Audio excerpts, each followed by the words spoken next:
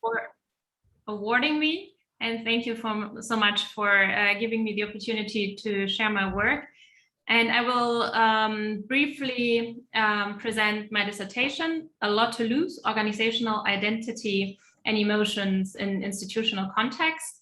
And two topics span over the entire dissertation: the topic of organizational identity and value creation on the one hand, and effects of emotions in institutions on the other hand. And accordingly, I will divide my talk into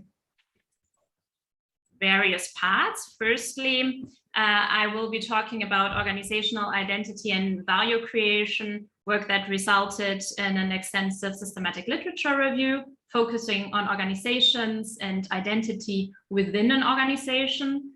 Secondly, I'm going to describe a case study I conducted on the Global Grand Challenge Forced Displacement with its data collection on the Greek island of Lesbos.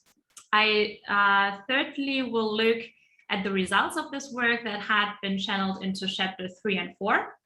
And chapter 3 shifts the perspective from the macro level of the organization to the meso level, revolving around groups defined by their role identity. And the methodological chapter 4 takes a micro perspective with a focus within one person by reflecting on my own identity and emotions as a researcher and how emotions can be leveraged for better theory building.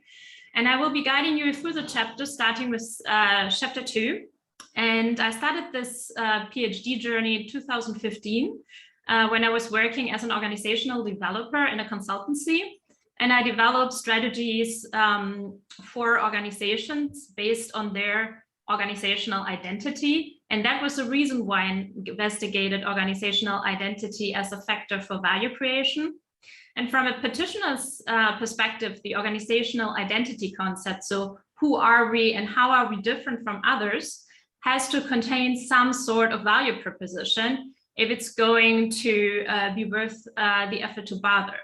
So the systematic literature review therefore addressed the question whether and how the formation of organizational identity is associated with value creation, and what are the different kinds of value creation.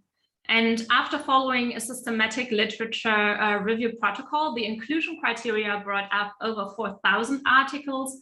And after applying the exclusion criteria, 188 articles remained that form the data set. And after a content analysis and critical synthesis of these articles, finding pointed then to a fragmented literature, and it is still without a standardized definition for the organizational identity construct. So when taking the different theoretical traditions into account, each tradition would claim that organizational identity resides in a different locus. This led us then to synthesize past research into a multi-level, multi-theory framework, which brings conceptual order to this fragmented field.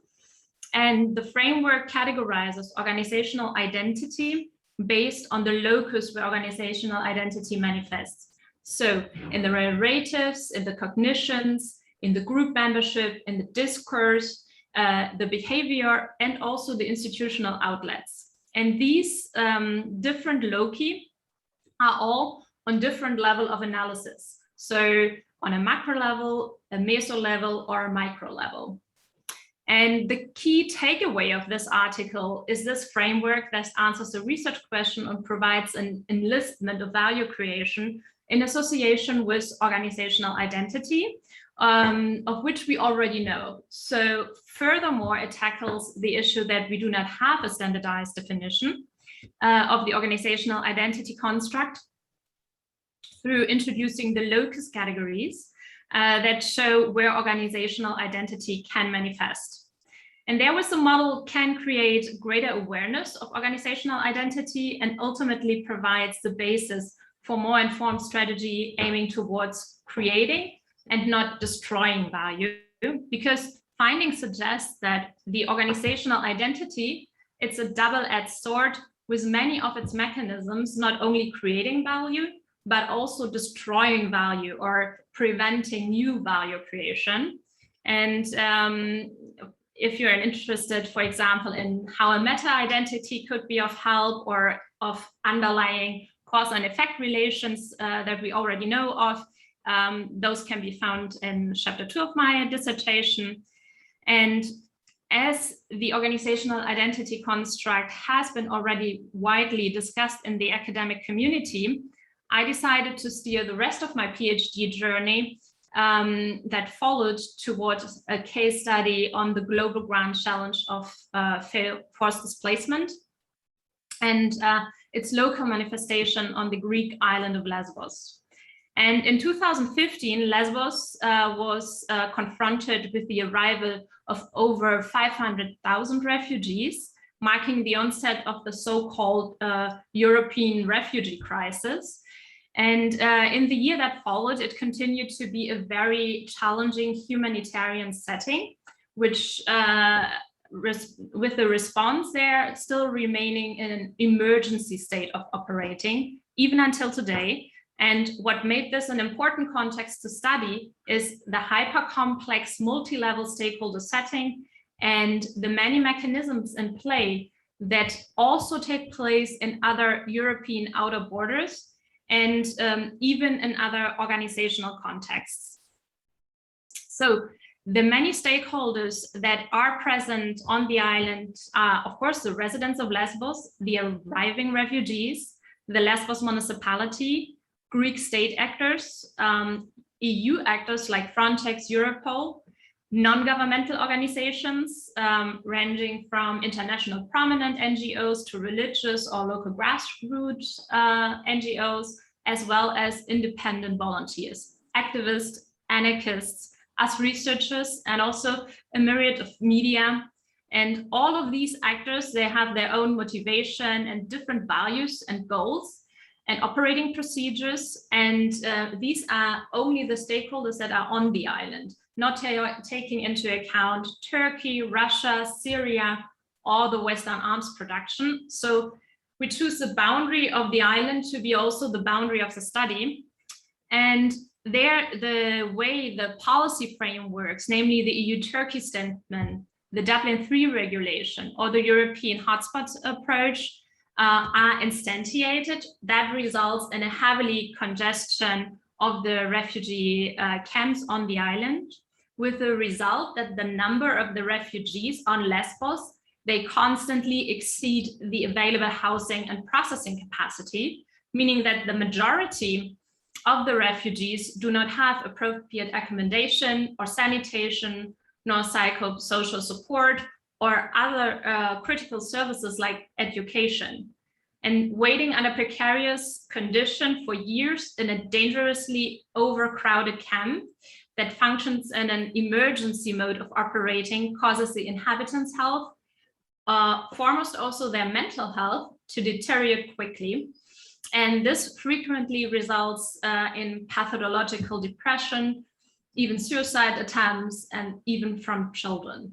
And how this response is managed divided the local communities. It strengthened the political right, and various voices reported about the trauma it entails, not only for the refugees, but also for the local population. And besides this, also for the people who come there to work in the response. And professional aid workers have compared the situation to their experiences in war zones or missions in the Democratic Republic of the Congo, and stating that what they have seen in camps on Lesbos is in fact worse. So in the beginning, I of course approached this field with its plethora of organizations and forms of organizing with an organizational identity lens. However, I then quickly realized that more salient and maybe even more important phenomena are at play, namely the various challenges that stakeholders encounter, the mixed emotions that such circumstances provoke, and also then the sense-making processes and coping strategies they use to make that situation understandable and also bearable. So the focus of this in-depth field study was on sense-making and coping in an extreme context. And the research question was, how do people make sense of a grand societal challenge on the ground? What emotions do they form and how do they cope? And after an inductive thematic analysis with abductive elements, our findings suggested that the context is made of numerous conditions that trigger deeply felt emotions. And these triggering conditions were the issue complexity, the situation permanence, and the immediacy of the experienced suffering. And these trigger strong emotional responses, often full of ambiguity, with which people then had to cope with. And they did so through various coping mechanisms. So some of them were rather passive, others were rather active. And one of the active was, for example, resisting, which had the notion of fighting the system. But also we found that coping was not linear, but rather a cyclical process, not with the start and an end, but basically a process which was ongoing over time. And coping might then lead to behavioral actions, which may be the raw material for further challenges in the very same context with which a stakeholder then had to deal with once more. So our findings suggest that the path that people take to cope depends on the role identity they hold in the setting, and not necessarily with the affiliation to an organization. So it's rather, am I a citizen? So is this my home? Or am I a volunteer? Is it my course? Or am I a professional? Is this my job? And in the data analysis, we identified 6 emergent different pathways that stakeholders proceed over time as responses to the challenges they encounter. And it turned out that for each role identity, there is one rather active and one rather passive way of coping. Now, these key insights regarding coping enabled stakeholders to prepare their staff for individual coping journeys, which the staff is really likely to embark on. And organizations can support their staff in coping better and creating more value, both within the context, but also for the employees themselves. If you're interested in more detail on the coping pathways or the conceptualization of ambivalent emotions, or the role of emotions in sense-making, please feel encouraged to read chapter 3 of my dissertation. And in the next chapter, I investigated the situation that made all this coping necessary, and I built theory about it. And as part of this process, I investigated my own emotions and identity and argued to actively use emotions as a resource in the reflexivity process and for theory building. So the research question was, how can researchers modulate the impact of emotions triggered during research for research itself and for theory building? And I elaborate on my emotions that led me to develop a metaphor of a settled emergency to describe this multifaceted situation of the context I just talked about. So this was something that was a result of a very long process in which other metaphors played a crucial role in my own sense making. And this theory building and this process of theory building, and ultimately then the selection process, was mediated by emotions. So only by taking emotions into account, a decision about which of the metaphors was most meaningful could be made. And the characteristics of the settled emergency metaphor are that stakeholders are acting in an arena of competition, and various stakeholders profit from the status quo of the situation in Lesbos. This leads to profiteering and at the same time to a fear of losing this, and results in no impulses to tackle the fundamentals. And furthermore, many stakeholders blame others for the situation permanence. In the specific case of Lesbos, this resulted in an overall inertia, where no capacity building is taking place. And the theoretical contribution of that chapter is not only the metaphor of a settled emergency, but also how to use emotion and reflexivity in theory building. And if you're interested to find out more about thought and also field trials in the tradition of White, those can be found in chapter 4.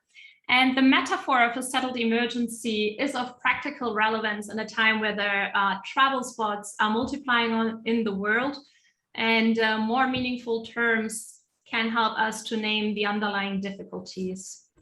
Thank you so much for your attention. Thank you very much, Christina, and congratulations also to you for